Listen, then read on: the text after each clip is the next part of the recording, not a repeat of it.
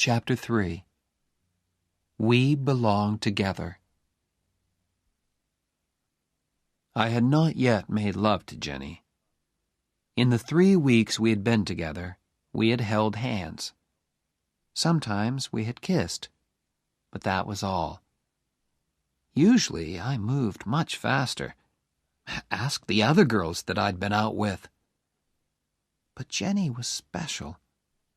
I felt different about her, and I didn't know what to say to her. "You're going to fail your exams, Oliver."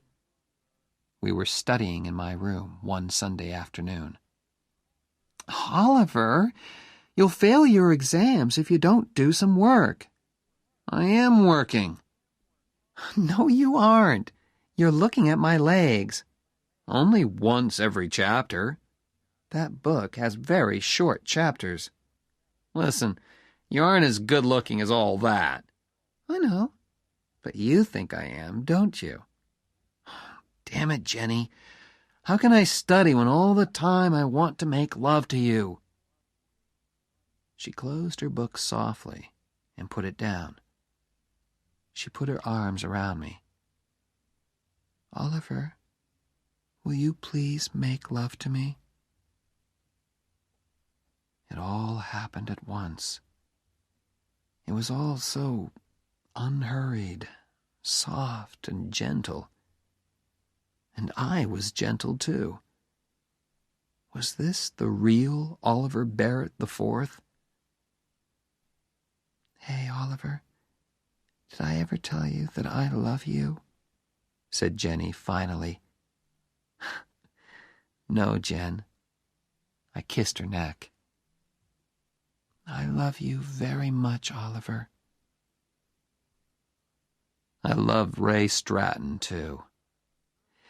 He's not very clever or a wonderful footballer, but he was a good friend to me.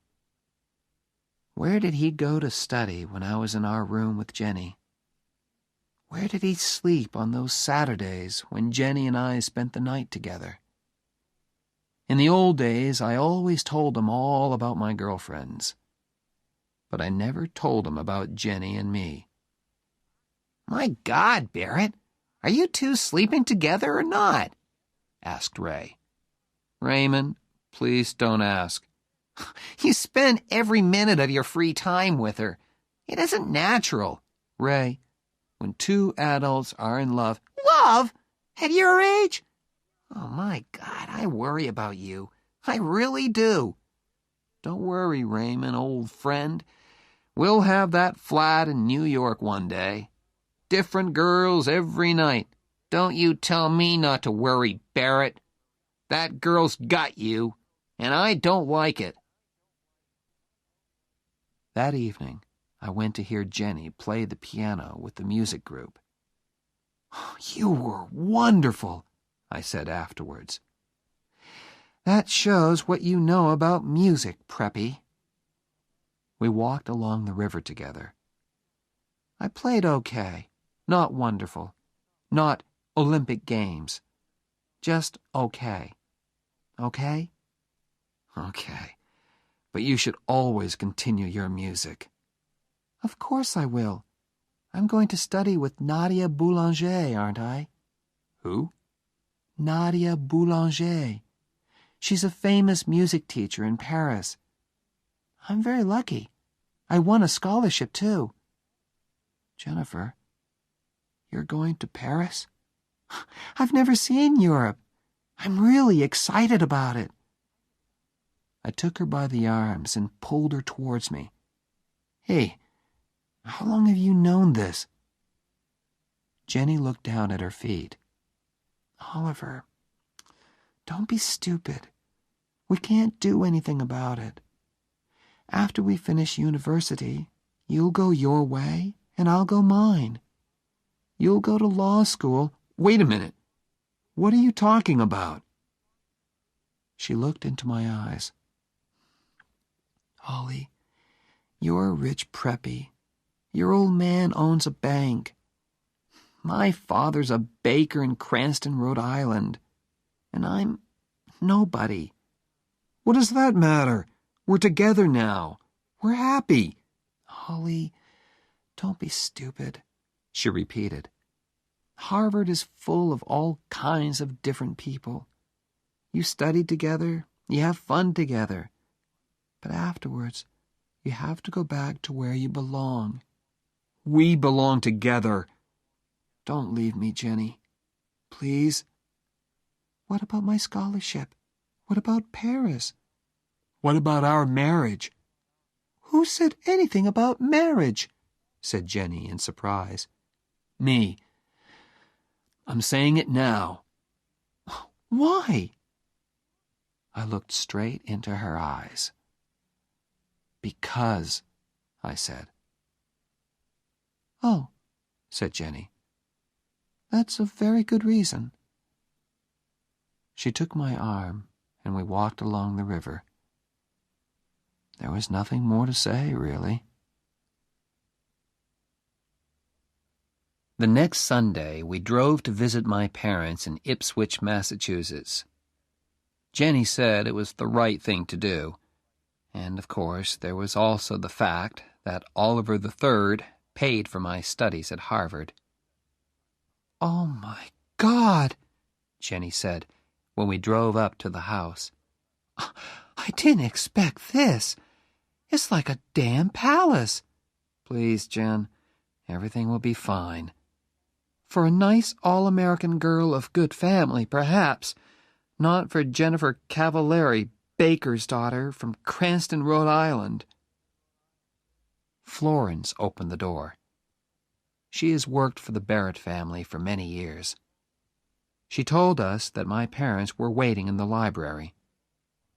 We followed her past a long line of pictures of famous Barretts and a glass case full of silver and gold cups. "They look just like real silver and gold," said Jenny. "They don't give cups like those at the Cranston Sports Club." "They are real silver and gold," I answered. "Oh, my God! Are they yours?" "No, my father's." "Do you have silver and gold cups too, Oliver?" "Yes." "In a glass case, like these?" "No, up in my room, under the bed." She gave me one of her good Jenny looks. "We'll go and look at them later, shall we?" Before I could answer, we heard a voice. "Ah, hello there." It was old Stonyface. "Oh, hello, sir. This is Jennifer." "Hello there." He shook her hand before I could say her full name. There was a smile on his usually rock-like face. "Do come in and meet Mrs. Barrett, my wife, Allison. This is Jennifer." "Calavari," I said. For the first and only time, I got her damn name wrong. "Cavallari," said Jenny politely. Mother and Jenny shook hands. All through dinner, Mother kept the polite small talk going. "So, your people are from Cranston, Jennifer?" said my mother. Mostly. My mother came from Fall River." "Oh, the Barretts have factories at Fall River," said Oliver III. "Where they cheated their workers for centuries," said Oliver IV. "In the 19th century," said Oliver III. "What about the plans to put automatic machines in the factories?" said Oliver IV. "What about coffee?" my mother said quickly. We moved back into the library. We sat there with nothing to say to each other. So I started a new non-conversation. "Tell me, Jennifer," I said, "what do you think about the Peace Corps?" She looked at me in surprise. "Oh, have you told them, O.B.?" asked my mother. "It isn't the time for that, my dear," said Oliver Barrett III, with an ask me look on his face. What's this, Father?" I asked, just to please him. "Oh, nothing important, son." I don't know how you can say that, said my mother. She turned to me. Your father is going to be head of the Peace Corps. Oh, I said. Oh, said Jenny, in a different, happier kind of voice. Well done, Mr. Barrett. She gave me a hard look. Yes. Well done, sir, I said at last. Chapter 4. Two different kinds of father.